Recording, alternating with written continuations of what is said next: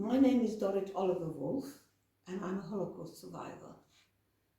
And I have the honor to be still around and be able to talk about the Holocaust. It's not many of us left anymore to talk about it, but it must never be forgotten. I would like to speak today to you about liberation, freedom. One of the most amazing memories that I have was the day when we were liberated by the Russian soldiers. At that time we had been 9 months hiding in the cellar. No light, no water. It was a ruin, but for us we felt safe, well, safer than we would have felt somewhere where people would know that there are some Jews and other people hiding there. The bombs were non-stop, boom, boom, boom. The place was shaking, and it was basically a very, very hopeless situation, because we didn't have newspapers, we didn't even have a radio, so we were just sort of living day to day. And then one day, for some reason, it became very, very quiet.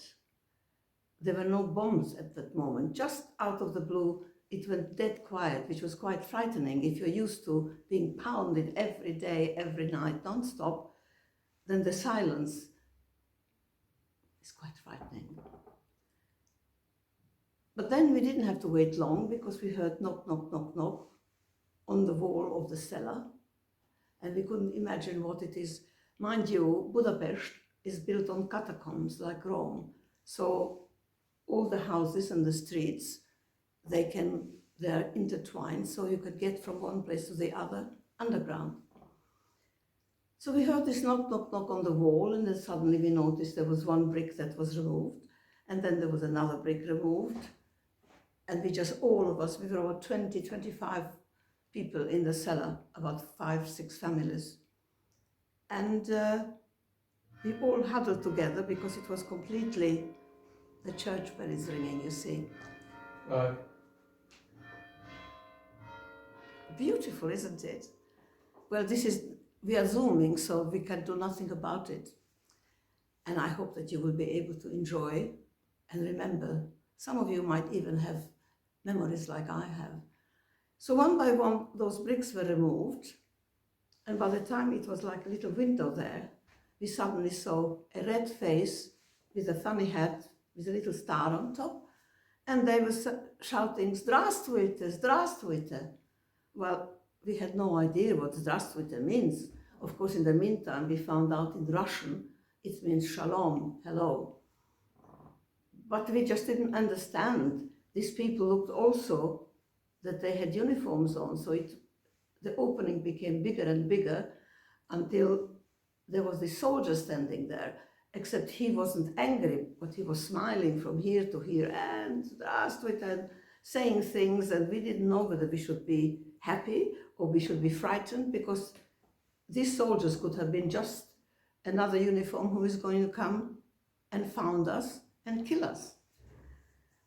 But eventually, they were all jolly and happy, and my mother understood some Russian, because we came from Yugoslavia.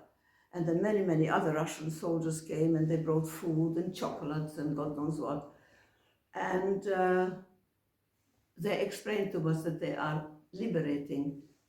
We are free. Freedom, freedom, freedom. Well, it is a shock, really, because one didn't really know what to do with freedom, because living all those years, where you're afraid of your own shadow, you never know who is going to report you because they know that you are Jewish. You never know which moment somebody's going to pick you up because you are singled out, and to be Jewish was not something very happy to be at that time. Whilst to wear a Magen David when you were young and a child, you were very happy to wear the Star of David, because it was beautiful. You were given this usually at a bar mitzvah or bat mitzvah. But this time, it was not a question of being proud that I have got a Magen David. During the war, if you, as you had to wear the Star of David, and it was written Jude, Jew on it, it was a death sentence.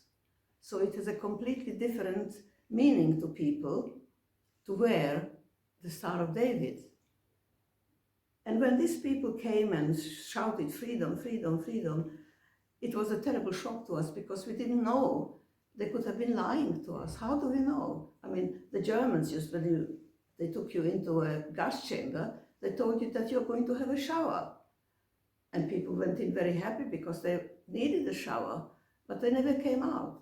So how did we know that these people who are shouting Здравствуйте are actually our liberators and bringing us freedom?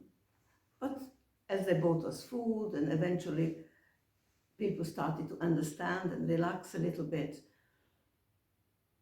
people hoped, but we and many of the other people who were in similar situations didn't really know what to do with that freedom, really.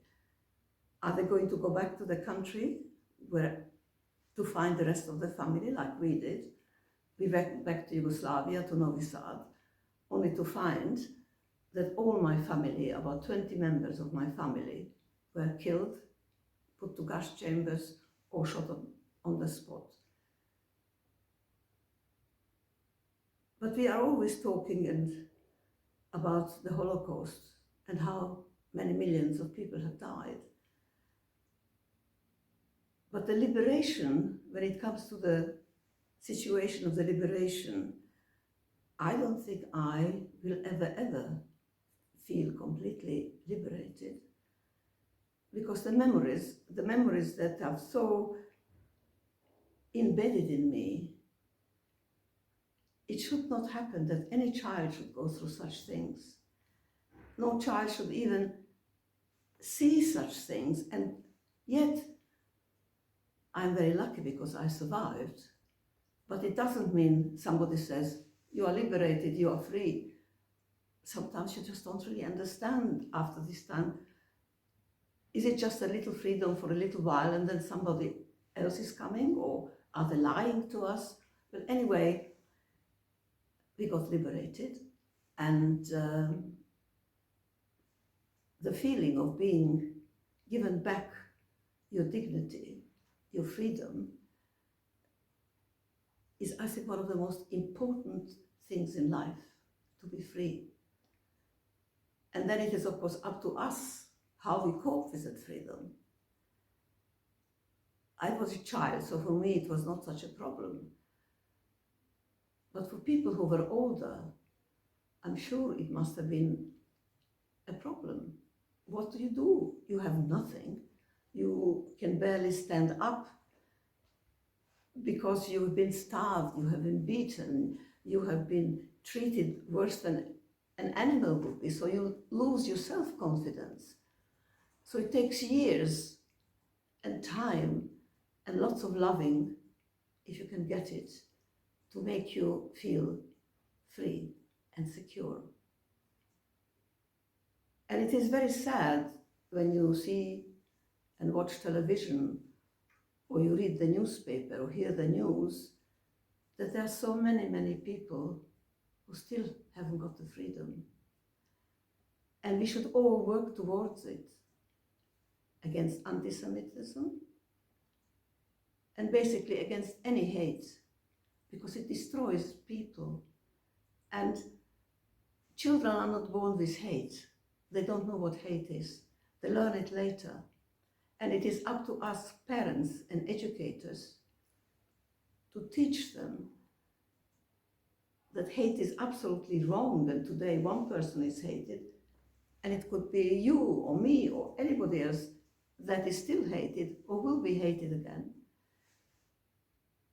So all of us who can be here today, and I like to believe that I'm speaking to all those people who can't speak anymore, and I am dedicating my time, and as long as I have got on this earth, to be able to educate people and to make them aware that it is up to each and every one of us to stop it, what has happened. And it is light. We need the light after darkness. And that's what it is all about. And this Holocaust Memorial Day must make us grateful that we are here, still around, and free.